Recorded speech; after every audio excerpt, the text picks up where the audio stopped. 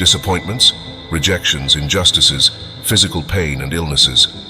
All these hardships are inherent to the human condition. No matter who you are, how much you earn financially, or what material possessions you own, inevitably you will face devastating experiences and encounter difficult emotions throughout life. You will inevitably lose your loved ones and also confront the reality of death. How to maintain mental resilience in the face of all this? Although these universal truths often inspire fear and are frequently ignored, denial does not make them disappear. Instead, it renders us helpless and entirely vulnerable when confronted with adversity. Stoicism offers an alternative approach. It suggests proactive and anticipatory preparation for these challenging moments. By deliberately training your mind, you cultivate the inner strength needed to endure even the most severe hardships that life may present. The collection of writings by Seneca in particular is known for providing valuable insights and practical advice on cultivating mental strength and resilience. Lucius Annius. Seneca was a prominent Roman philosopher, statesman, and playwright. He is widely considered a key figure in the philosophy of Stoicism, which teaches individuals to develop mental resilience, allowing them to face life's challenges with calmness and composure. In this video, we present 6 ways to be mentally resilient based on Stoic philosophy. These insights can help you develop a mindset and the tools necessary to face life's difficulties with courage and strength.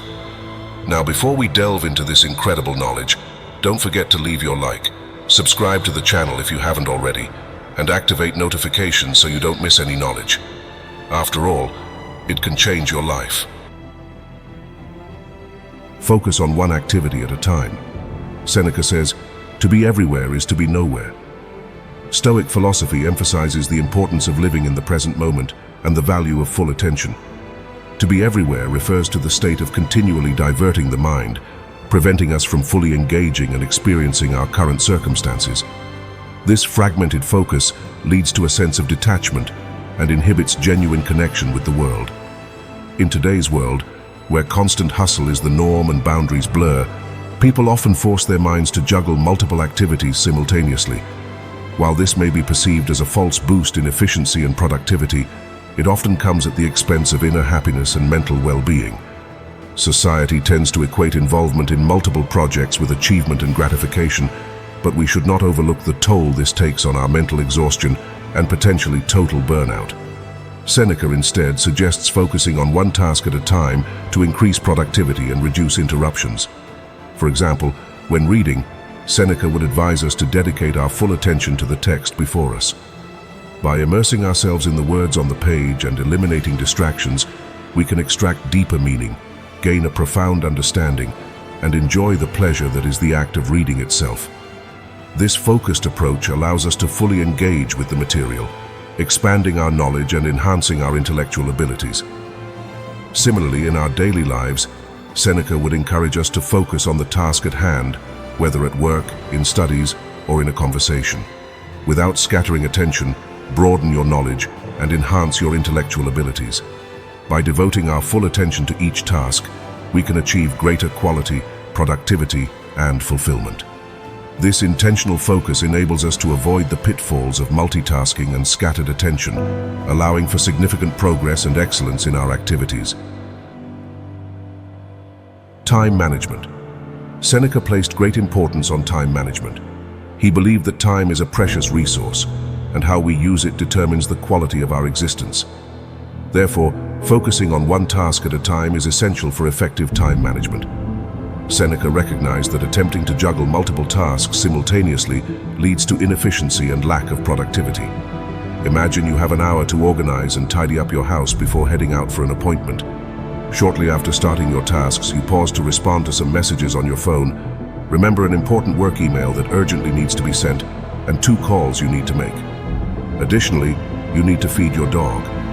The timer on your phone goes off and your hour is up. You have 4 tasks started and none completed, and you need to leave to avoid being late for your appointment. When we allow ourselves to be pulled in multiple directions, our ability to be fully present is compromised. Therefore, Seneca encourages us to organize our minds and dedicate our attention to the task at hand. By doing so, we improve our mental health, conserve energy, which in turn increases our productivity.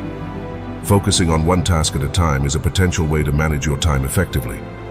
Seneca recognized that by practicing this principle, we develop greater focus and a deeper connection with the present moment. Controlling impulses, in Seneca's words, philosophy teaches us to act, not to speak. He emphasized the importance of living according to our own standards, ensuring that our life is not in discord with our words. Controlling impulses means resisting excessive indulgence in impulsive desires, as Seneca considered them potential pitfalls for moral weakness. He believed that giving in to uncontrolled impulses could lead to harmful behaviors, unethical actions, and loss of self-control. Controlling all impulses is detrimental to our well-being. Seneca believed that anger arises from our inability to control or accept certain situations or events. According to him, anger was a temporary madness that affects our sanity, and acting on anger can have prolonged effects, not only on individuals, but also on the environment around. Be prepared. Quoting Seneca in Essays in Your Mind, he says, "Exile, torture, war, shipwreck, all the terms of our human fate should be before our eyes." Seneca often discussed the concept that everything in life is borrowed, including our possessions, relationships, and even our physical bodies. Recognizing this truth allows us to reduce our attachment to external things and focus more on the present moment. To practice negative visualization, regularly set aside time to intentionally imagine the worst-case scenarios or the loss of something significant to you. By doing this, not only do we promote gratitude for our current possessions, but we also mentally and emotionally prepare ourselves for the adversities life may present.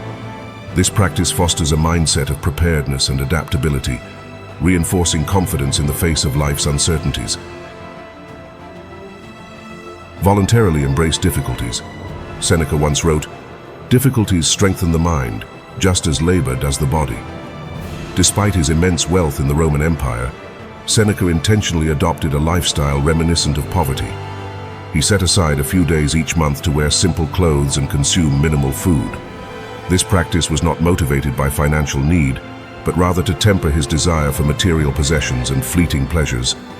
Voluntary suffering involves seeking and intentionally embracing challenges that push us beyond our comfort zones. This practice is powerful for strengthening the mind, developing discipline and gratitude. By voluntarily embracing difficulties and hardships, we provide mental training, promoting resilience, discipline, and gratitude. To illustrate how voluntary difficulties can be practiced, consider an example of someone afraid of public speaking. Instead of avoiding situations involving public speaking, this person decides to confront their fear through voluntary difficulties. Actively seeking opportunities to speak in public, such as joining a local group or volunteering for presentations at work, is an example of voluntarily embracing difficulties. By actively practicing voluntary difficulties, we prepare our minds and bodies for unforeseen and challenging situations. We realize that many things we once feared are not as daunting as they seemed. Avoid victimization. According to Seneca, man is not affected by events, but by the view he takes of them.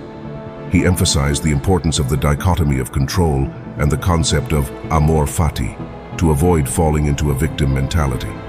The dichotomy of control refers to the distinction between things that are under our control and those that are not. While external events and circumstances are beyond our control, we have the power to control our thoughts, attitudes, and behaviors.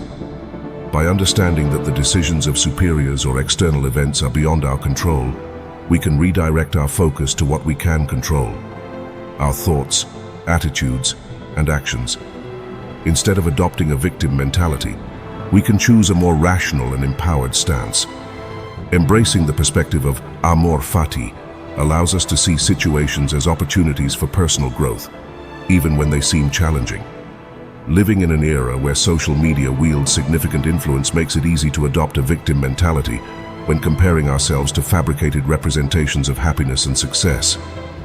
By confusing social media with reality, we risk sinking into the quicksand of self-pity.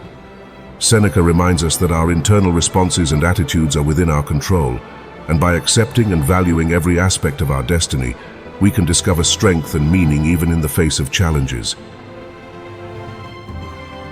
Spend time in solitude. In our final quote from Seneca, he says, Withdraw into yourself as far as you can. Seneca highlights the importance of spending some time in solitude as a way to strengthen oneself mentally. He believed that by stepping away from external distractions and immersing oneself in solitude, individuals can engage in introspection, self-reflection, and personal growth. Practicing solitude involves regularly setting aside dedicated time for oneself.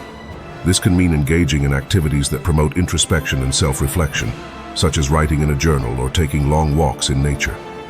By intentionally disconnecting from the noise and demands of the external world, individuals can create a space for deep thinking, self-discovery, and self-improvement.